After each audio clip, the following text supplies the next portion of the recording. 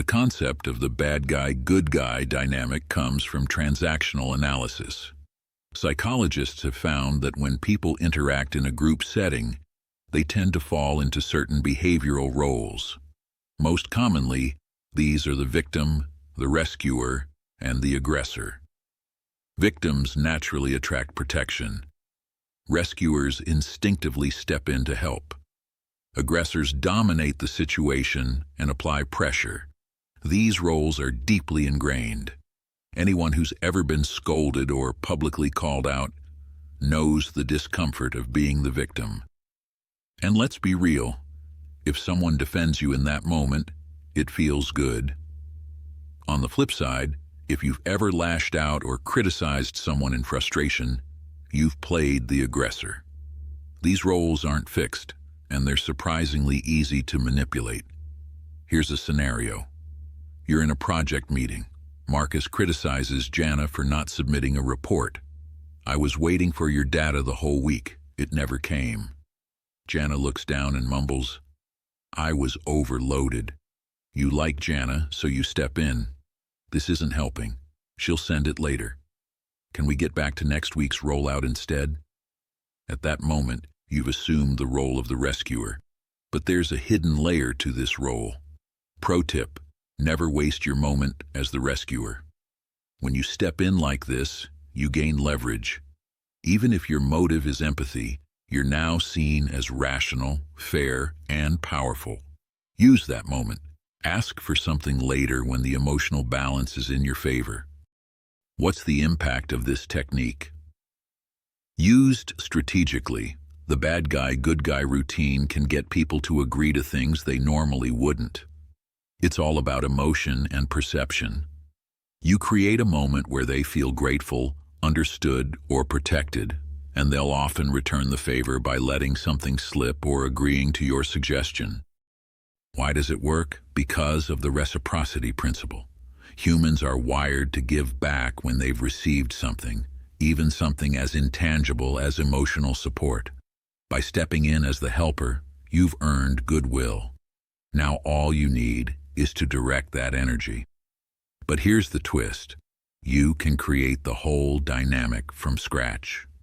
First step, choosing the right target. The trick only works if your target is used to being helped.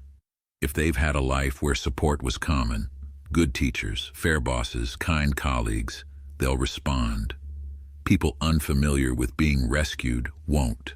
So aim for team players, those who are used to structure and support. Second step, using a partner. Once you understand the setup, it's simple. Here's how it might unfold. You enter your supervisor's office. The operations manager is already there. They're talking about bottlenecks in the delivery chain. Supervisor: "There's a serious delay. What's happening?" You: "Far as I know, deliveries are on schedule." Operations manager, raising voice: "Are you serious? Half the goods were missing. Who failed to follow up on logistics?" You know it was Schneider, but don't want to expose him. You say, "I'm not sure. I'll have to check." Now comes the push. If you keep covering for someone, we'll have to involve upper management. This delay might cost us a major contract. Are you really going to risk that? Then your supervisor softens. "I know you're loyal. I admire that. But loyalty must have limits. You're responsible. I trust you. Please, do the right thing." That's the moment. You feel seen and respected, but the pressure is real. You give in. Now ask yourself, would you have said the same thing if you were alone in the room? No drama, just a direct question. Let's flip the perspective. Now you are the one setting the trap. Here's the process. First, clarify what you want. Second, bring in someone to apply pressure. Third, let the heat rise. Fourth, swoop in as the rational, fair-minded savior and get what you came for. But be cautious. This only works once or twice. Once someone realizes you've staged the whole thing, it's over. That's why you should only use it in 2 scenarios. You're in a clear position of power, like manager or team lead, or you'll never need to deal with that person again. Using a partner has pros and cons. The biggest advantage? It feels real. The target believes the situation is organic, not orchestrated. The risk? Your partner now knows what you're capable of. That gives them leverage. Be mindful. Keep the relationship professional. Use them while you need them. If they become a threat, cut them off. And if necessary, manipulate the partner as well, through charm, subtle dependence, common enemies, or selective information. The smarter way. Let life set up the bad guy. You don't always need to plan the whole scene. Just wait. Observe. Someone else will eventually act as the aggressor without realizing it. That's your moment. Example. Lucas Becker is talented. Too talented. His work is spotless, his ideas fresh, and he doesn't play by your rules. He's not a team player, and worst of all, he's making you look irrelevant. So you wait. You notice others start getting annoyed. He talks over people. He makes them feel small. Tension builds. Then comes the trigger. A meeting erupts. People criticize his attitude. The energy shifts. You speak up. Let's not gang up on Lucas. Maybe we all need to rethink how we communicate. After the meeting, you call him in. You know, this environment might not be bringing out your best. Marketing is less political, more autonomy, more creativity. I think you'd thrive there. He's shaken, but grateful. And just like that, you've moved the threat out of your space without force, without suspicion. Third step, using the technique without a partner. Don't have a partner? No problem. Just invent a bad guy.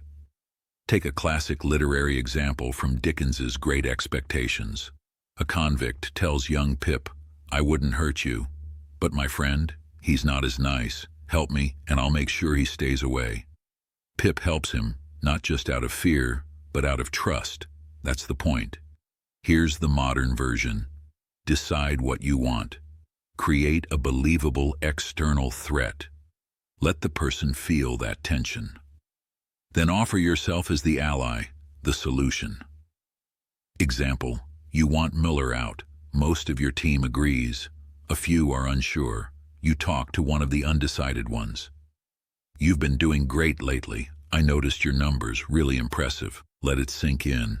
Then, "Honestly, Miller isn't bad, but sometimes I worry he gets credit for others' work. You've been pulling a lot of weight."